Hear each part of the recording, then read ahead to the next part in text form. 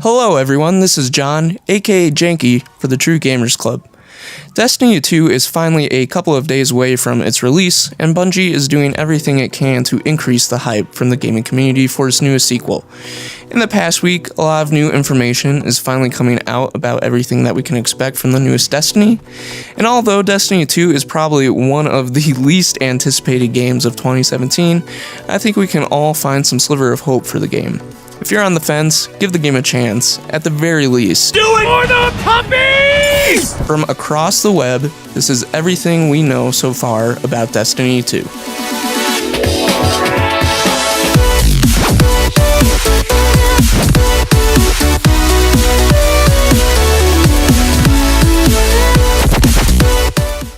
Destiny 2 is available for PS4 and Xbox One on September 6th, while PC players can start playing the game almost a month and a half later on October 24th via Blizzard's Battle.net. According to Andy Chalk at PC Gamer, the Destiny 2 director claims this is because the studio wants to make the best version of the game that they can. It may leave PC players wondering why this is happening.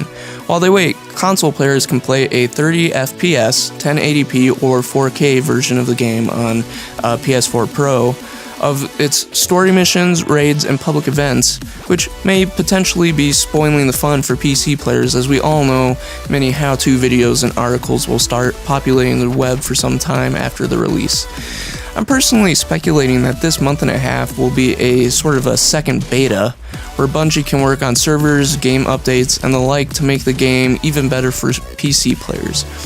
And if you care about getting the best version of the game, you may want to wait for it to be available on PC, but if you want to jump right in it, I'd say the best version of the game on the console is probably for the PS4, especially since we know that the PS4 will be getting some exclusive updates and gear, while the Xbox players will not.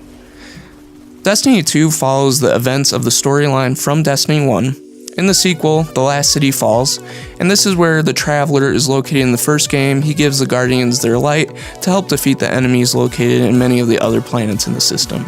So the tower in the Last City is lost, and this is all at the hands of the Cabal from Mars, who's under the direction of the main enemy in the second game, his name being Ghaul.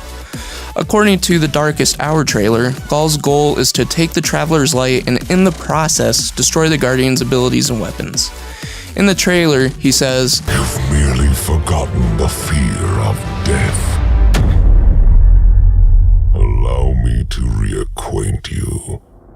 As a result of Ghaul taking humanity's last city, the Vanguard have been spread throughout the system, where the main social space is now on a farm, sort of similar to a refugee camp, called the European Dead Zone.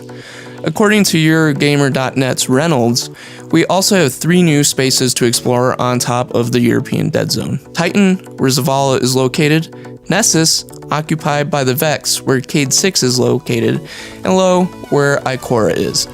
According to Bungie, these new places are immensely more expansive, especially the European Dead Zone, than any of the locations we have seen in Destiny 1, which means we'll probably all be spending a lot of time exploring these new areas. If you've beaten the Black Garden final mission in the base Destiny game, that is Destiny 1's base version without any of the DLC, and your favorite Guardian in Destiny 1 is above level 20, you can transfer your physical traits from the original game to the sequel. This may be welcomed by some, but unfortunately it does mean that your favorite weapons and armor will be gone. While this is unfortunate, I do praise Bungie for sticking to the continuity of the new story. Let's remember that as a result of Ghaul capturing the Traveler, everything related to light, our armor, weapons, abilities, are gone. We'll be starting from scratch, so I think this may also be particularly welcomed by gamers whose first dive into the Destiny universe will be the sequel. We are also welcoming some new mission types to Destiny 2. In an interview with Glixels Lopez, the world director of Destiny 2, Steve Cotton, tells us that we can expect 3 new mission types. Adventures are the first one. They are side missions that you can get from NPCs around the different worlds that you are exploring. And just like other games that employ side missions, this helps to expand on the story world like the main mission story, and allows you to learn some backstory to other NPCs in the worlds that you explore.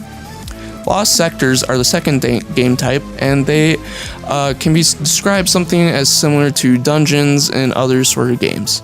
So while exploring these expansive worlds, make sure to keep an eye out for this logo, plastered on objects, as they will indicate where a lost sector is. The final type of mission is world quests, which are a few missions bundled into one, and to me they appear to be missions that help you explore the world that you just landed in while unlocking new portions of the story for you.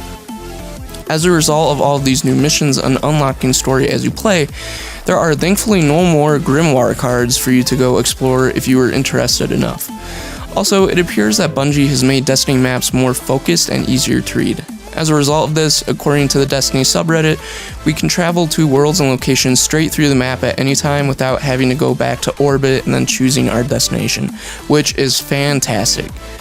The new map also lends us a new interesting mode called Flashpoint, where one location throughout all of the worlds has been picked for 1 week to include special events, enemies, loot, etc. We also will still have raids, strikes, and the Crucible, and interestingly, also according to the Destiny subreddit, raids now have a death penalty, where once you die, and this is only in the hard mode, once you die, you then have to spectate your teammates. We still have the Hunters, Titans, and Warlocks. Each class now also comes with new subclasses, abilities, and supers. If you're interested in learning more, explaining these in depth in this video may be out of the scope of this video's purpose, but you can find an extremely in-depth article about it here. According to Digital Trends' Gabe Gerwin, we are also getting clans in Destiny 2. In raids and strikes, if you are in a clan and you don't participate, you can still receive the loot and rewards that were obtained by your clan. Also, if a clan needs to participate in a raid, but one of their members is missing, the leaders have the ability to search for lone and skilled guardians that are willing to participate in the raid with the clan. Gabe also tells us that the Crucible matches will now be 4v4, with information about the enemy team, like their supers, abilities, and everything else available to you. We also know from a quick Google search that exotic weapons will be available right from the beginning of the game. Somewhat strange to me though is that these weapons will have the potential to have worse stats than rare and uncommon weapons and armor. It will be interesting to see if we will be able to infuse these weapons with others and unlock better gear like we did in the first game. Reynolds also lets us know that every weapon you get or unlock will have the same stats as those same weapons that other Guardians are using. That means you will not have a more powerful version of the same weapon that another Guardian is using, and I like that. Weapons are also now classified as kinetic, energy, and power weapons. Kinetic and energy weapons are sort of classified as the primary and secondary weapons that we usually see in Destiny 1, while the power weapons are things like rocket launchers, machine guns, and some of the more powerful shotguns. Finally, according to Reynolds and the rest of the web, we also know that before decoding engrams, your best possible gear will be automatically equipped for you to receive an engram which has better abilities. In the previous game, you had to do this manually, so this is a big plus. We also know that 2 paid DLCs are in the work for the release later this year in spring of 2018. This is everything we know so far about Destiny 2 throughout the internet.